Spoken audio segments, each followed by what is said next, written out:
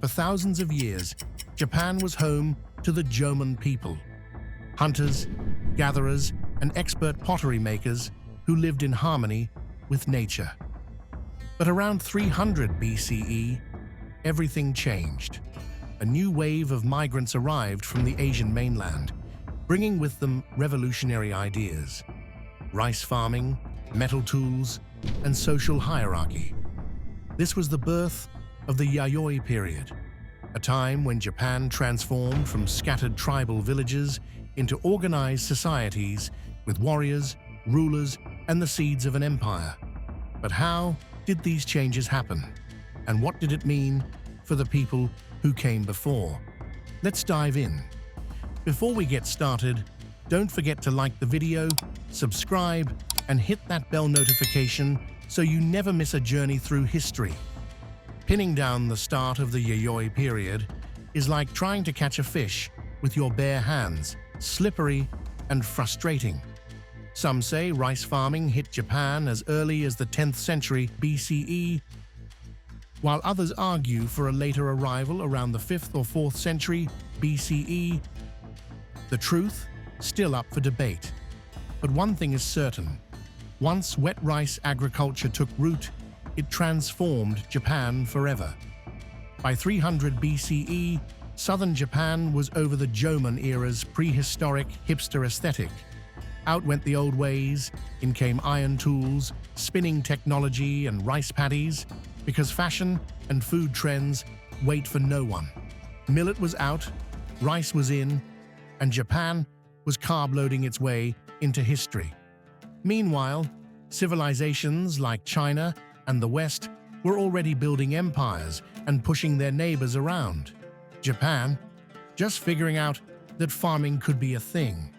But the Yayoi period was Japan's catch-up moment, when the island stepped onto the historical stage.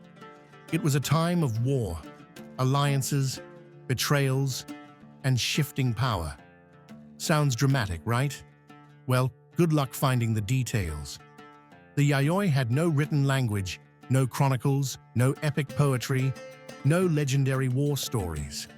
What we have comes from Chinese sources, which barely bothered with these barbarians to the east.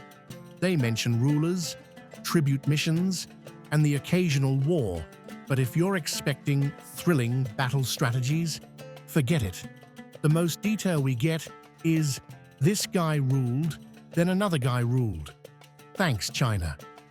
Despite the lack of records, the Yayoi put Japan on the map, literally. The first written mention of Japan comes from the Book of Han, 111 CE, describing over 100 small kingdoms. One of them, Nakoku, even sent a diplomatic mission to the Han dynasty in 57 CE and got a golden seal in return, recognizing its sovereignty. That seal still exists today, proof that Japan was interacting with the outside world long before the samurai era. For thousands of years, the Jomon people lived the ultimate hunter-gatherer life: pottery, foraging, and no taxes. Then came the Yayoi, migrants from Korea and China, bringing farming, iron tools, and social hierarchy. Around 300 BCE, Korea was hit with Little Ice Age light. Farming became a nightmare, and survival instincts kicked in. Their solution? Pack up the rice seedlings, grab some iron tools, and set sail for Kyushu, a warm, fertile paradise.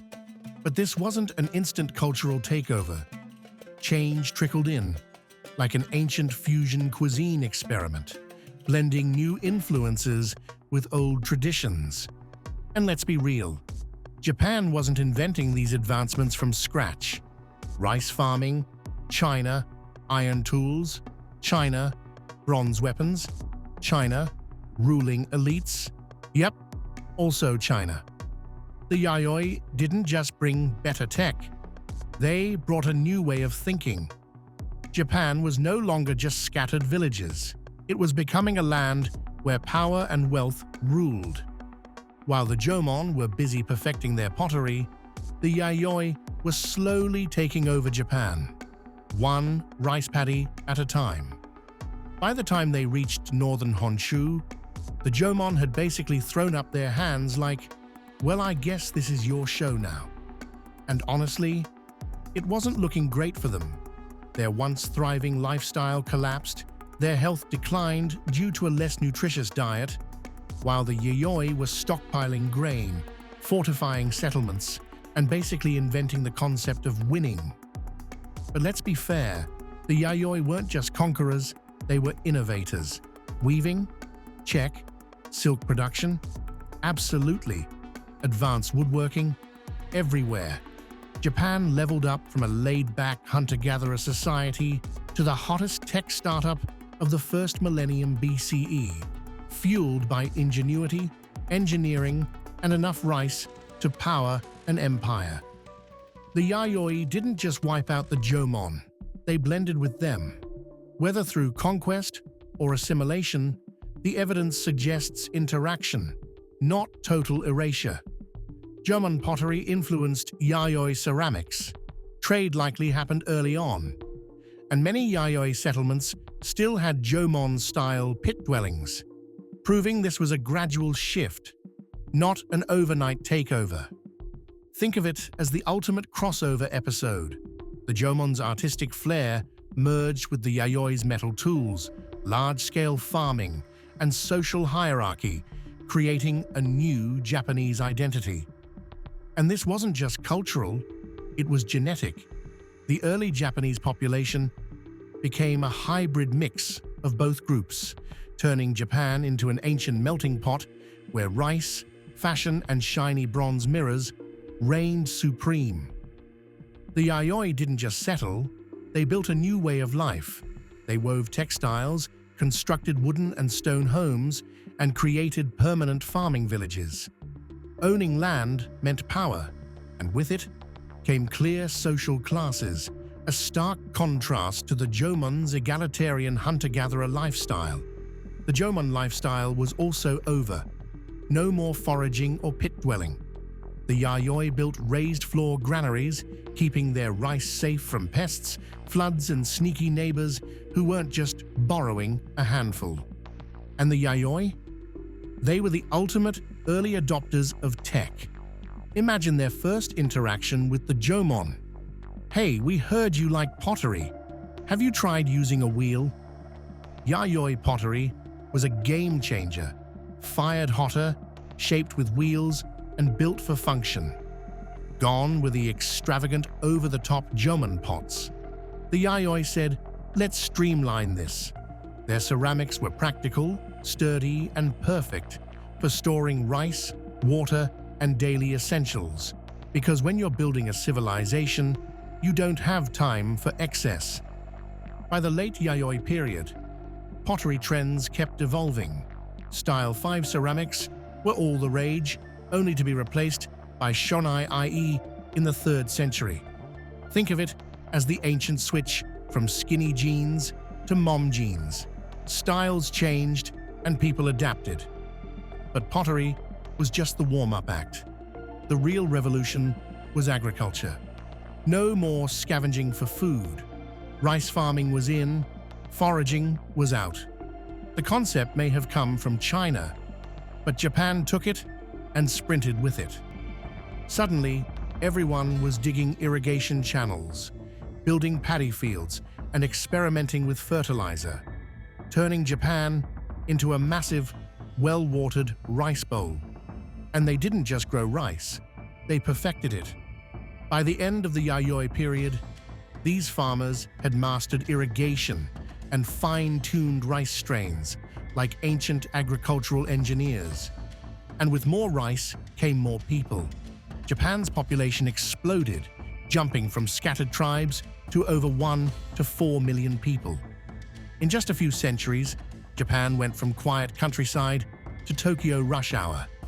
But rice didn't just bring prosperity, it brought war. Control over farmland became power. And as Yayoi villages grew larger and wealthier, conflicts over land, resources, and food storage intensified. By the later Yayoi period, warfare escalated so much that settlements fortified themselves with moats, palisades, and watchtowers. Yoshinogari in Saga Prefecture is a prime example. Its reconstructed defenses prove just how seriously the Yayoi took security. This wasn't just farming anymore, this was survival. By 111 AD, Japan had evolved from scattered tribes into nearly 100 kingdoms. Thanks, Book of Han. It was basically Game of Thrones, rice paddy edition, less bloodshed, more feasting. The Yayoi didn't just grow rice, they upgraded their entire toolkit. Stone tools, out, iron and bronze, in. Bronze was flashy, but iron was king.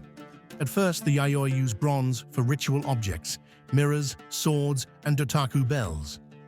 But as ironworking spread, it became the real MVP for weapons, tools, and farming gear. Why?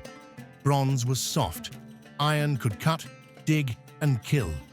By the late Yayoi period, warriors weren't clashing with bronze swords anymore. They were wielding iron spears and blades. But the Yayoi weren't just fighters. They were trendsetters.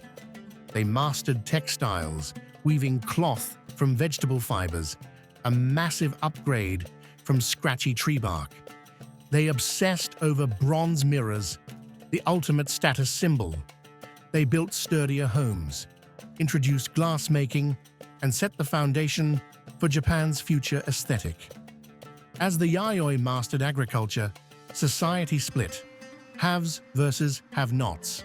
And the haves, they weren't in a sharing mood.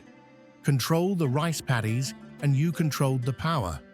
Small, stratified political units popped up across Kyushu and Western Japan. Basically, ancient neighborhood watch groups, but with sharper weapons. Status was everything. Lower-class people had to step aside when an elite walked by. And if you were rich, multiple wives. Because nothing says power like having an entire family tree inside your own house. This strict social system stuck around until the 19th century. And when the elite died, they didn't just get buried, they went out in style. Forget shallow pit graves. The top dogs got massive clay urns, stone coffins, and even moats.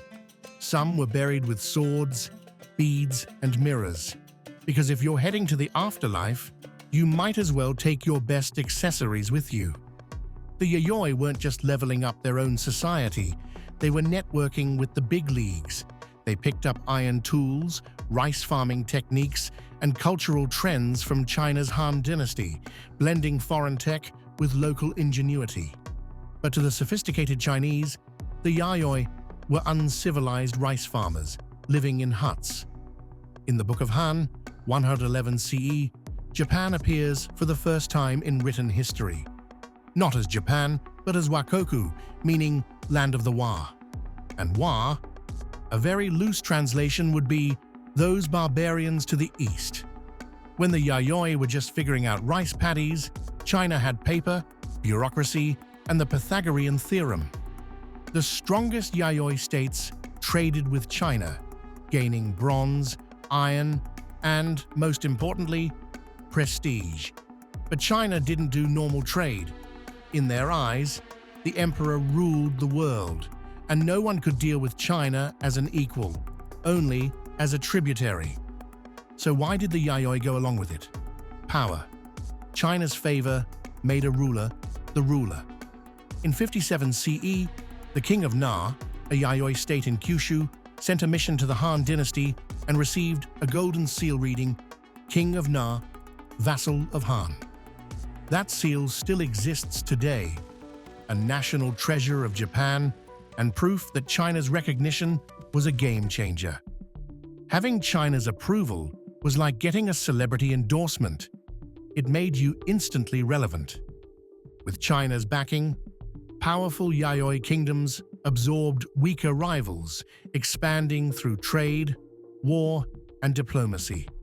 Eventually, one kingdom rose above the rest, so powerful that even China took notice.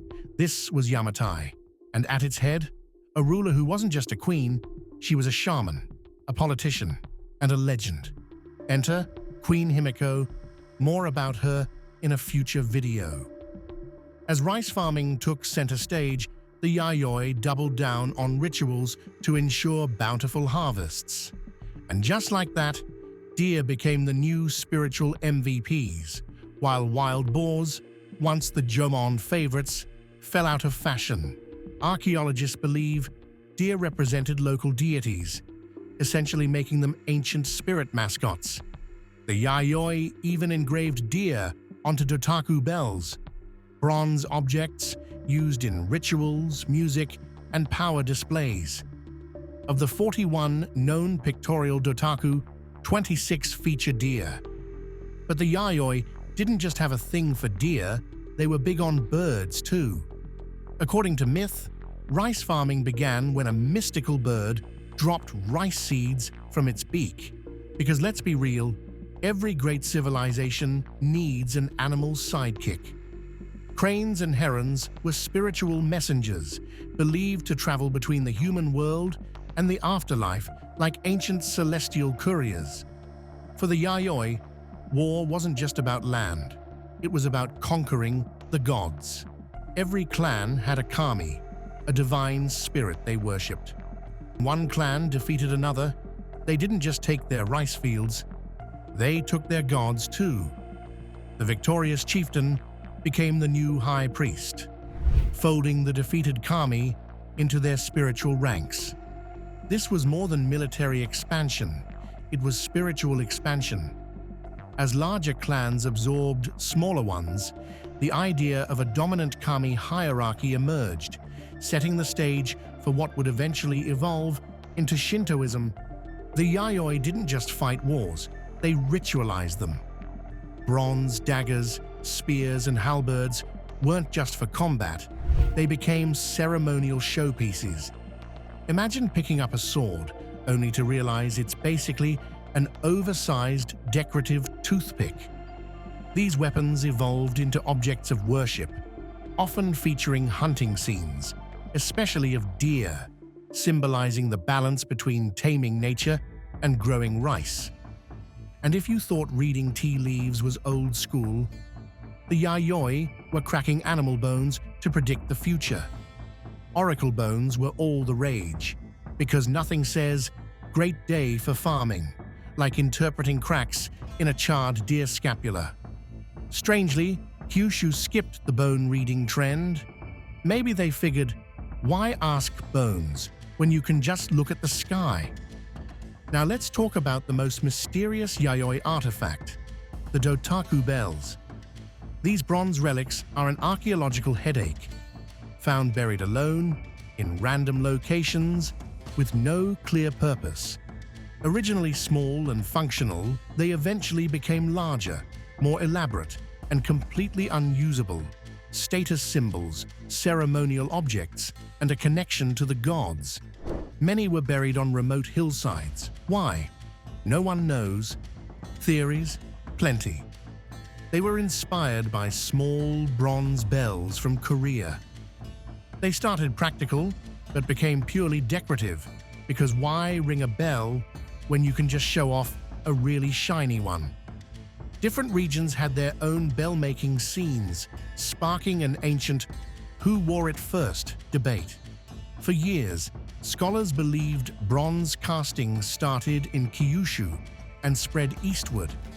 Then, the Yoshinogari site in Saga flipped the script, revealing early metalworking evidence that suggested bronze technology developed in multiple regions simultaneously, like two rival startups competing for flashiest artifacts. And here's a final mystery. As of 1992, archaeologists had uncovered 507 Dotaku bells, but 112 are still missing. That's right, over 100 ancient bells just vanished into history. Where did they go? No one knows. Here's the real mystery. Dotaku bells were often found buried on remote hillsides, far from any settlements. Why? No one knows. Maybe they were hidden during conflicts. Maybe they were ritual offerings, or maybe someone in the Yayoi period just had too many bells and ran out of storage space. Whatever the reason, these weren't casually discarded. They were intentionally buried, like ancient treasure waiting to be found. Now let's talk about the Yayoi's other obsession, bronze weapons. They loved their swords, halberds, and spears. But much like the bells, these weapons became more about flexing than fighting. Think of them like fancy decorative pillows. Sure, they could be used, but that wasn't really the point.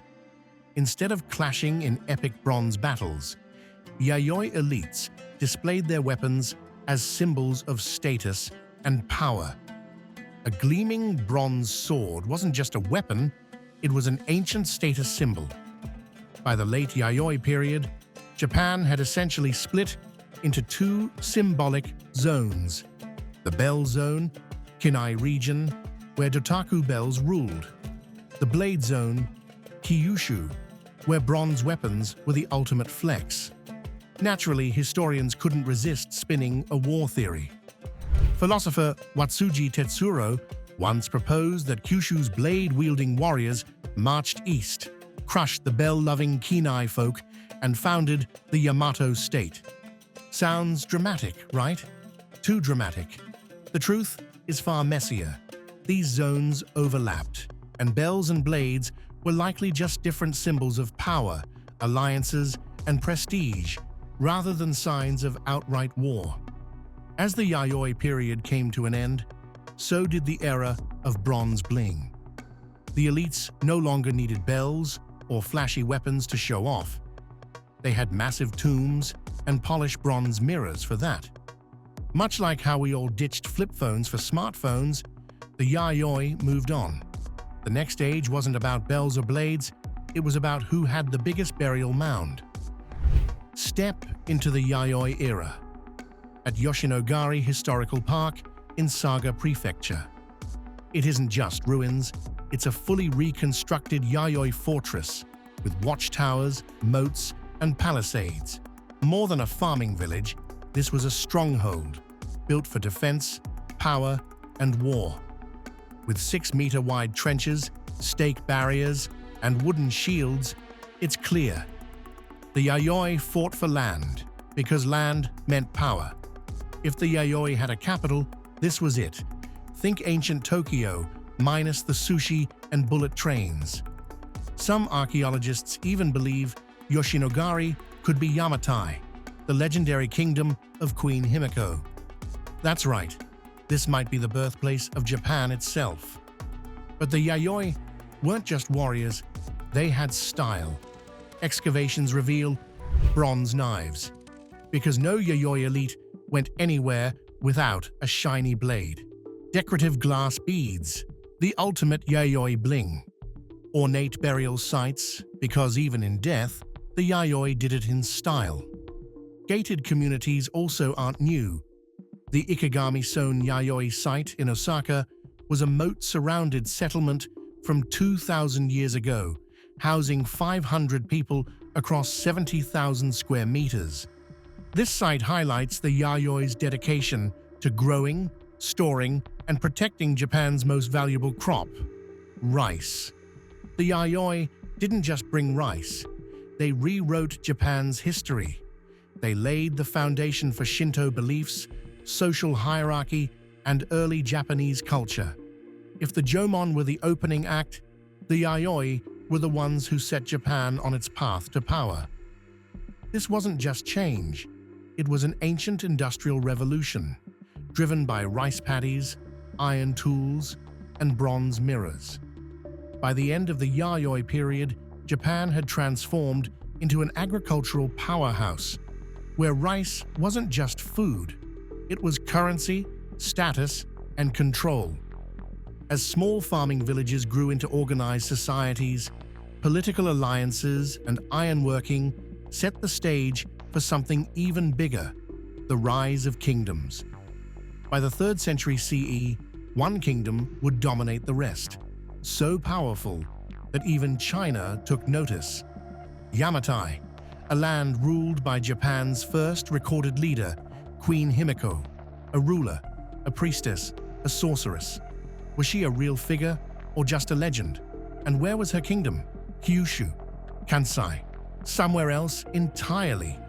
Historians still argue, but one thing is certain: her reign marked Japan's first step toward unification. The wars and alliances of the Yayoi period paved the way for a unified Japan, and that journey begins with Himiko, the shaman queen, whose rule shaped Japan's earliest recorded history. What was her secret? How did she command so much power? And most importantly, where was her legendary kingdom? That mystery still remains. So, what do you think about the Yayoi period? Did their innovations surprise you? Let us know in the comments.